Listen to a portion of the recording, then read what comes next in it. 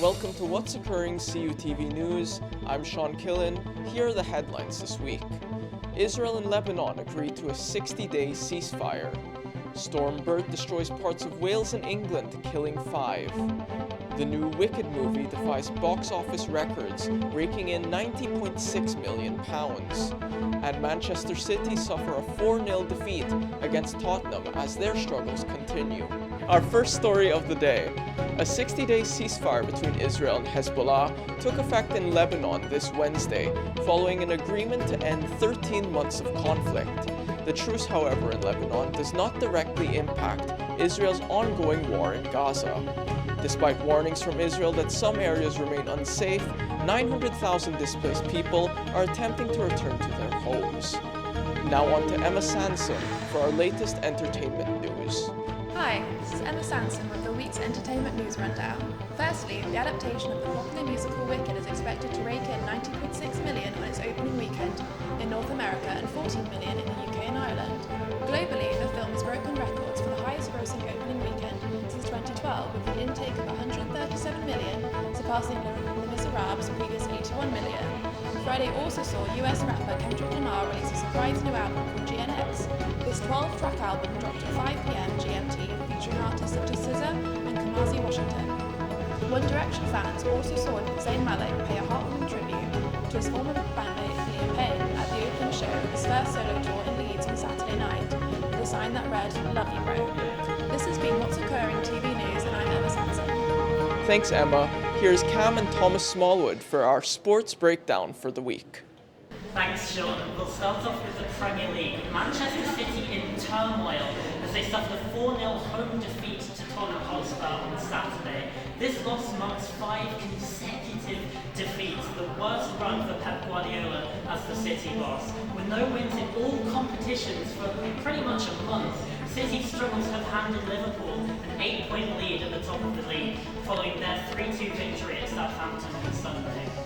Moving on down the pyramid now to the Championship, Cardiff City's struggles have also continued. They had a 1-1 draw at Sheffield Wednesday. They remain just in 21st place, that's just above the relegation zone. Meanwhile, Swansea City have slipped to 14th place, following a dramatic 4-3 loss home to Leeds United, who are, interestingly enough, tied at the top of the league with Sunderland and Sheffield United, all of which on 32 points. Moving down to League One, Wrexham scored an important 3-0 win at home to Exeter City with goals from Max Cleworth, Ollie Palmer and Oliver Rathman. This win keeps them in second place. Now looking into Wales at the Cymru Premier, the New Saints got themselves a 3-2 win at home to Pennybont, which moves them up into second place, just 1 point behind Pennybont, but also with the game in hand, looking very exciting for the rest of the season. And now to women's football. The New Saints, again, the women's team this time, won 1-0 at home to Wrexham, placing them firmly in second place. Above them, though, the Bluebirds, they triumphed in the Cardiff derby, defeating Cardiff Met by 4 goals to 1. The Welsh rugby team has suffered their 12th consecutive defeat, losing 12-45 to South Africa, despite growing pressure surrounding him and the Welsh Rugby Union. Warren Gatland has suggested he wants to remain in his role. In Formula 1, Max Verstappen has clinched his 4th consecutive world title with a 5th place finish at the Las Vegas Grand Prix.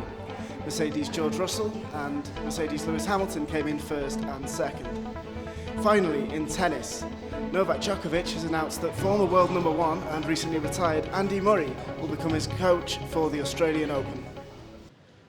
Now here's our weather coverage for the week. In 2020, Storm Dennis left Pontypridd underwater.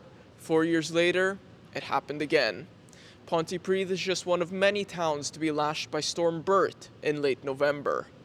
In one day, a month's worth of rain, complemented by wind speeds exceeding 80 miles per hour, brought devastation and misery to millions across the UK. 5 people were tragically killed, over 300 properties were flooded, and disruption to transport caused chaos nationwide.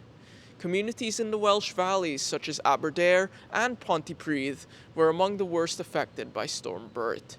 There is no obvious damage, but sandbags and washed up sediment litter the roads. That's all for this week. Thanks for watching.